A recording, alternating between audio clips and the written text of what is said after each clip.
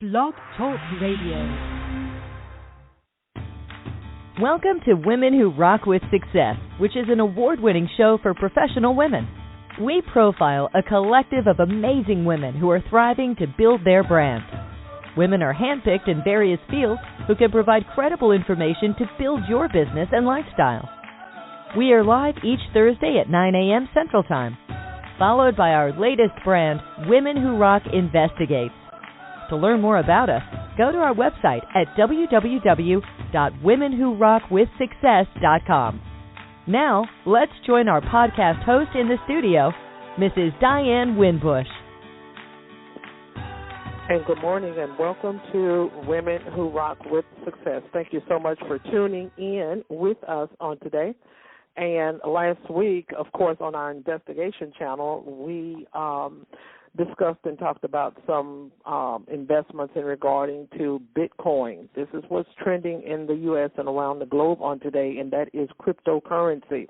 So also to be able to help us to understand a little bit more and about his brand and products and services, we want to welcome Samir Mayfield to the studio on this morning. So good morning and welcome. Hey, Diane. Good morning. Thank you so much for having me. Okay, you're welcome. You're welcome. So we're going to get right into it. So explain to the audience what is cryptocurrency. What does it entail?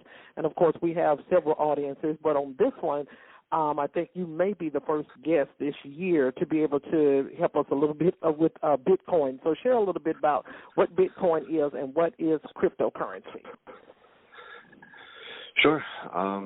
I'll try my best to explain it because it's really not simple, but it can be simplified. So Bitcoin is a peer-to-peer transaction of currency. It's an asset. It's classified as an asset by the U.S. government. So Bitcoin is actually not a security, which is commonly mistaken. So Bitcoin, it actually started back in 2008, and Bitcoin is a very interesting story, because the U.S. government was in the process of shutting down centralized currencies like e-gold and easy money and e-money.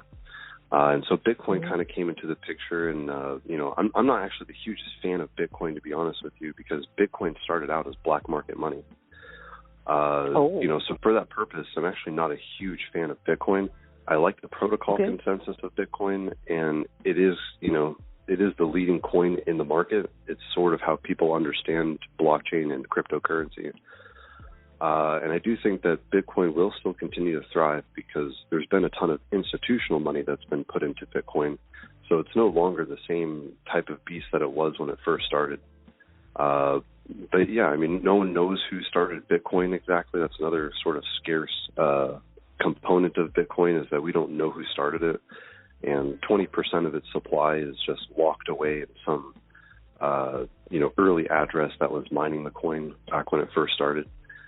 So for all these reasons, I mean, there's a lot of reasons to kind of hate Bitcoin, and I really am not a huge fan of Bitcoin, but cryptocurrency, that is going to be the future, and blockchain technology will take over, which is just a way of serializing a ton of things. And you can serialize money, you can serialize inventory, you could serialize paychecks. I mean, you could pretty much serialize everything, even when you sell a car or, any kind of goods or services that are sold or receipted. And so there's a way to track these things. And so that's why blockchain technology will be the future. And it's a really exciting time to be on board with it and to invest into the right types of projects that are being run by MIT, really trusted institutions. Those are the projects that people should be gunning for.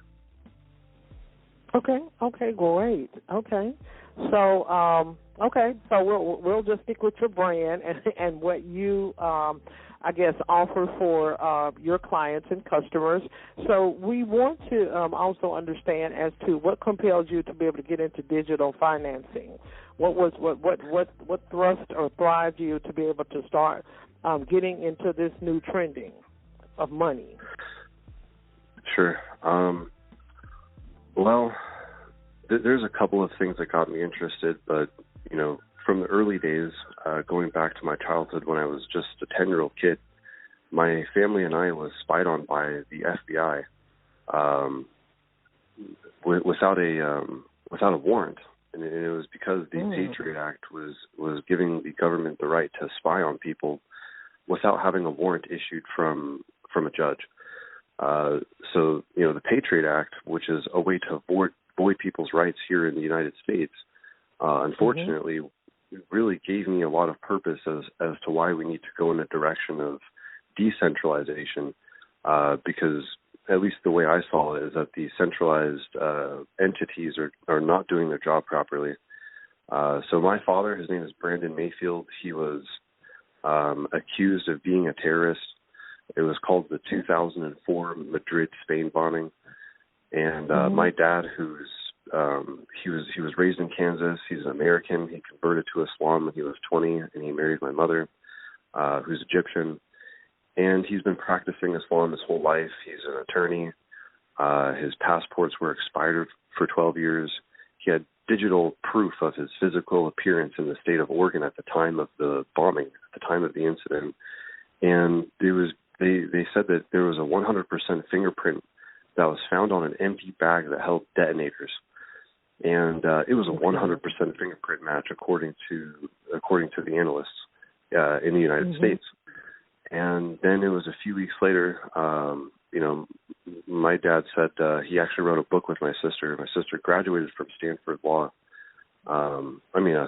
University and Georgetown Law, sorry. And they wrote a book together, talks about some of the things that the government tries to do intentionally, using people as a scapegoat, knowing full well that they're innocent. And so a few weeks later, after my dad's arrest and this being public, international news, there was a third-party investigator that was hired by the FBI, and they also were stating that the fingerprint was a 100% match. So now you have the FBI calling it a 100% match. You have a third-party investigator that was paid off by the FBI calling it a 100% match. And about 48 hours after that incident, Spanish police identified the fingerprint as being a 0% match. Another 48 hours later, a motion for my dad's release was filed. He was, let out of state penitentiary as an alien under the premise that he couldn't talk about the details with anyone, and that just wasn't right. So the best attorney in the world, Jerry Spence, reached out to my father and to my family, and they did get my father a $2 million settlement a few years later based on the emotional damages that were incurred. And we did continue to pursue the government to try to deem the Patriot Act as unconstitutional. And so I know this is kind of a long-winded story, and I was just 10 years old at the time, but that really resonated with me, and I felt like we need to take our privacy back, because relying on these types of centralized entities is not, at least in my eyes and the things I've seen, it is not the smart thing to do. Okay, and that's fine. That's what we're here for. We're here to listen, and so we can learn a little bit, because everyone is kind of different. Last week we had someone on the show from Switzerland, and, of course, her story was totally somewhat, I'm not going to say it was compatible, but, of course, everyone has a different purpose as to why they may enter into a certain occupation. And so you have to listen to the meat and potatoes of the story, so the audience, all of us can be able to get a full understanding as to, what compels you to, do this, because everybody is different. So, and so we thank you so much for that. And we are also grateful that your father has overcame all of these challenges and what have you. And we also are thankful that you're here to be able to tell his story as well as himself. So we are absolutely grateful for that. So we're going to talk about your company. So your company is MineFullTrader. So what inspired you to be able to come up with that name? What were some of the key elements that connected you with this type of organization or business, I'll say? Sure. The whole point of MineFullTrader is, at least initially, mining even before the trading, is that people can mine cryptocurrency on their computers. So the initial idea is that why not have a cryptocurrency mining application on every device when the device is not being used? It just seems like there's a little bit of passive income that can be made off of mining cryptocurrency. And then, me becoming fascinated with trading, learning a ton of trading analysis, I just thought it would be interesting to combine a mining application with a trading application. And so that's where this idea initially came from, the MineFullTrader. And not just the mining and the trading, but like the full cryptocurrency package. Any cryptocurrency related service could be included inside of the mining application. So that's really what it is. And depending on people's computers, they can earn $1 a month. They can earn up to, thousands of dollars a month. This is a really useful tool, especially to people that maybe own businesses or have many devices that are just idling when it could be making the money. Okay. So in your opinion, this is just an opinion. So one of our guests, she runs her own company too. With hers is called Bitwave. Excuse me. And so she was sharing last week in regards to it's going to be, I think it's a limitation on the cryptocurrency, or perhaps maybe Bitcoin. I would say I think like 20 million coins, which that's not a large amount for people that are trading globally all over the world.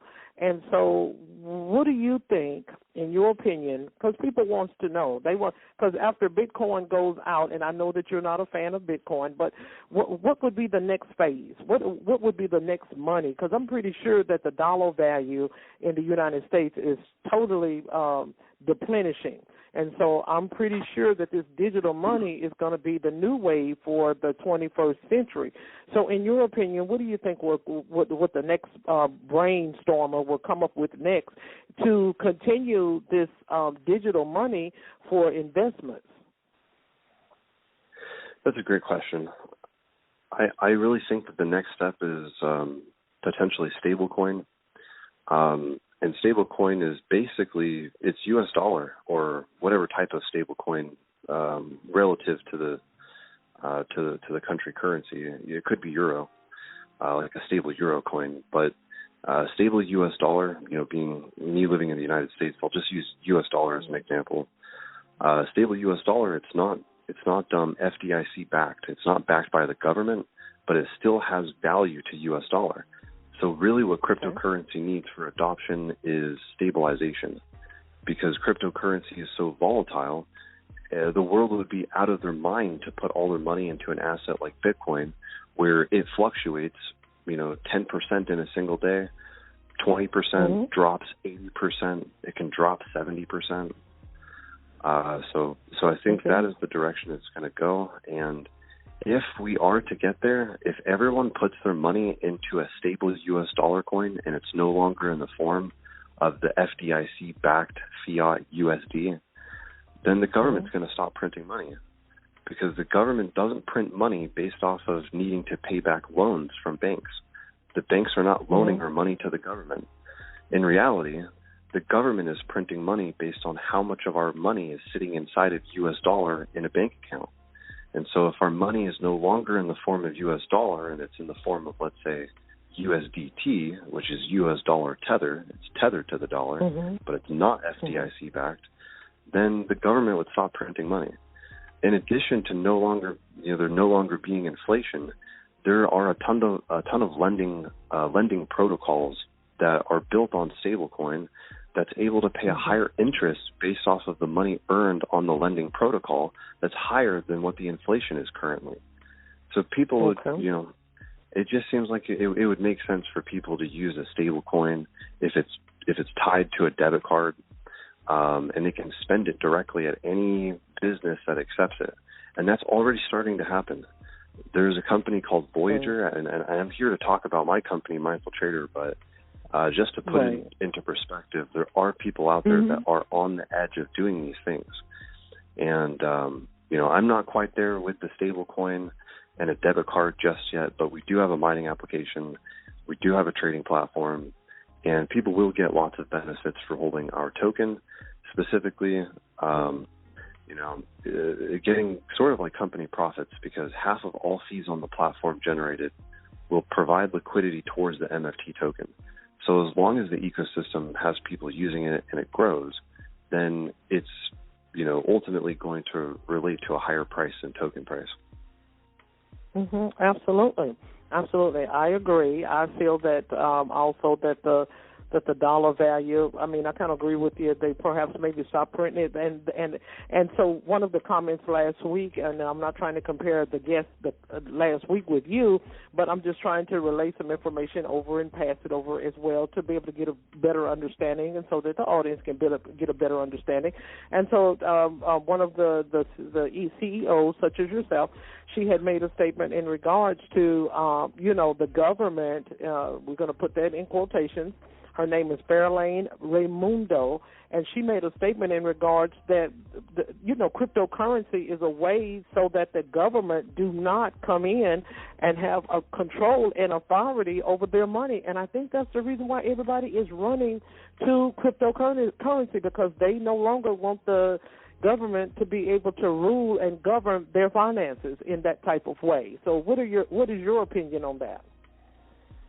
I agree 100%. I mean, that's coming exactly from, my corner. That's exactly how I feel.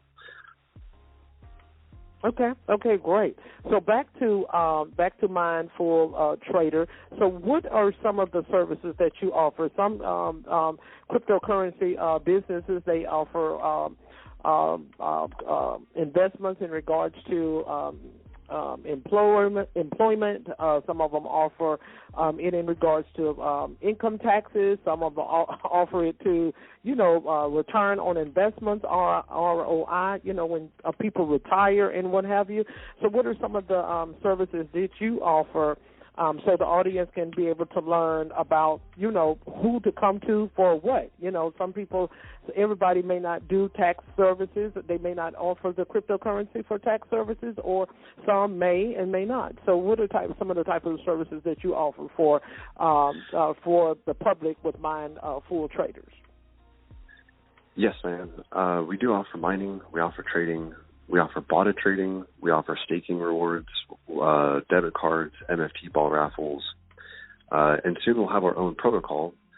And the protocol is simply going to be a new consensus for the decentralized system, which isn't too important. We could use any protocol, really, but those are the things that we plan on offering in the near future.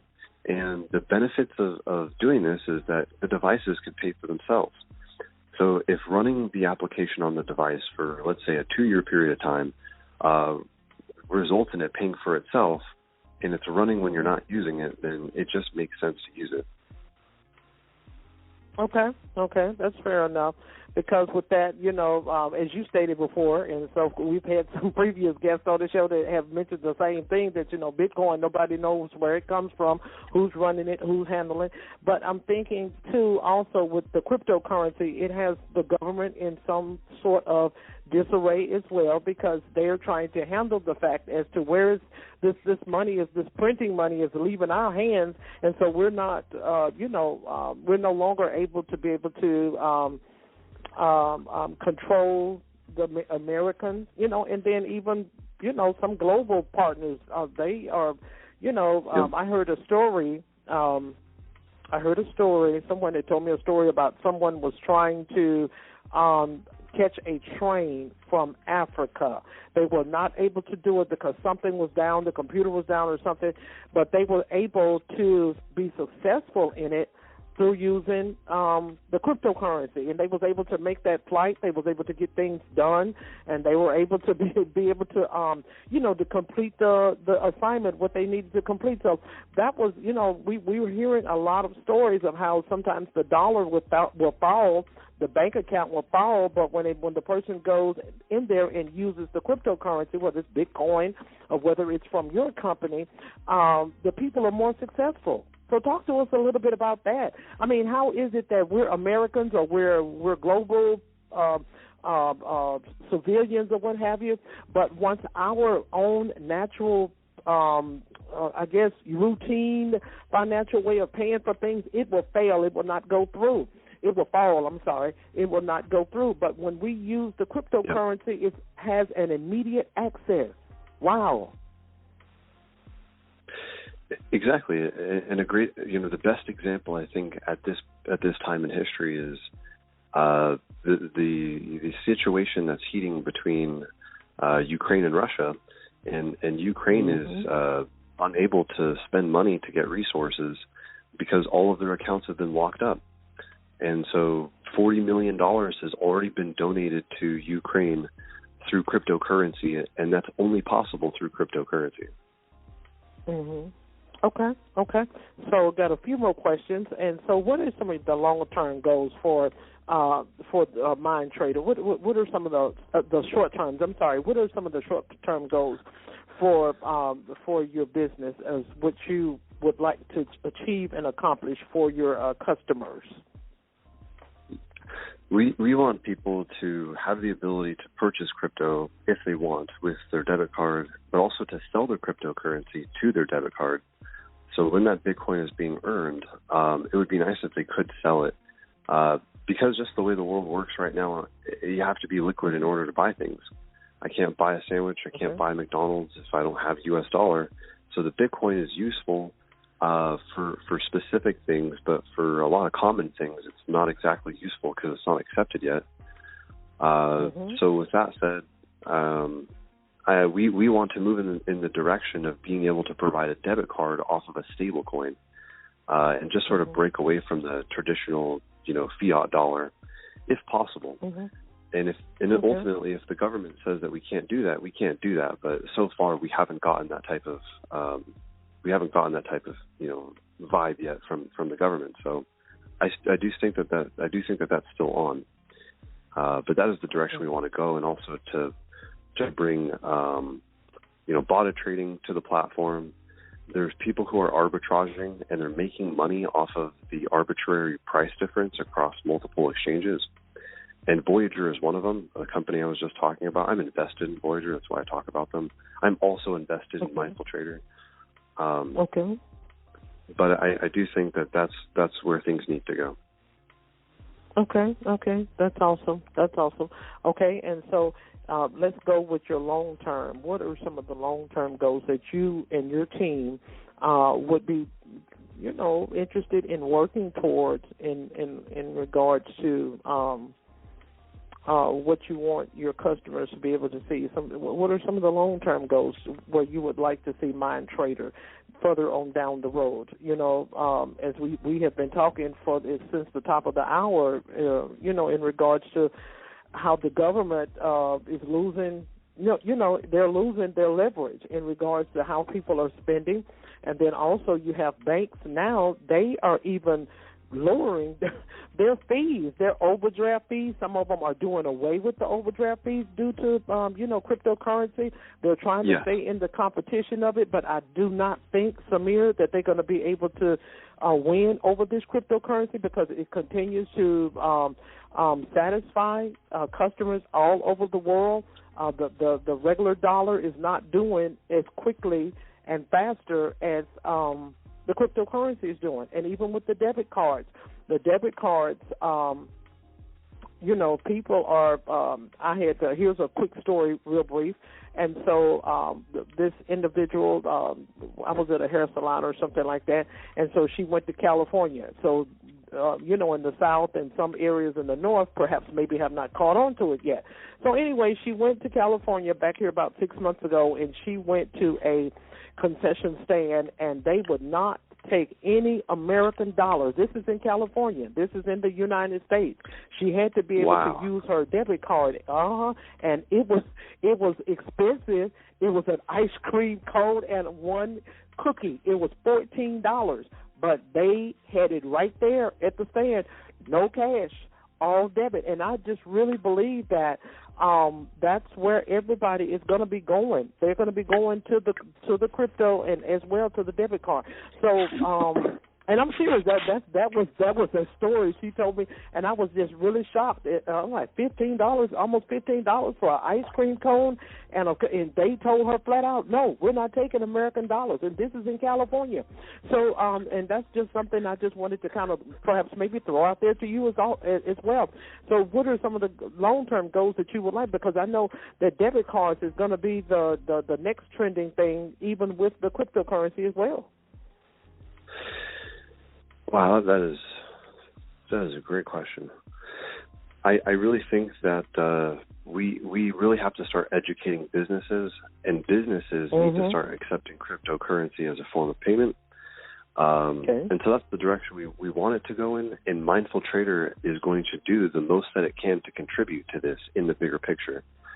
But it's going to take more work than just MineFullTrader to get that to happen. It's going to take the work of just everyone. Everyone's going to have to come to this agreement of consensus that these coins are protected. And so, you know, the great thing about a credit card is that a credit card is protected.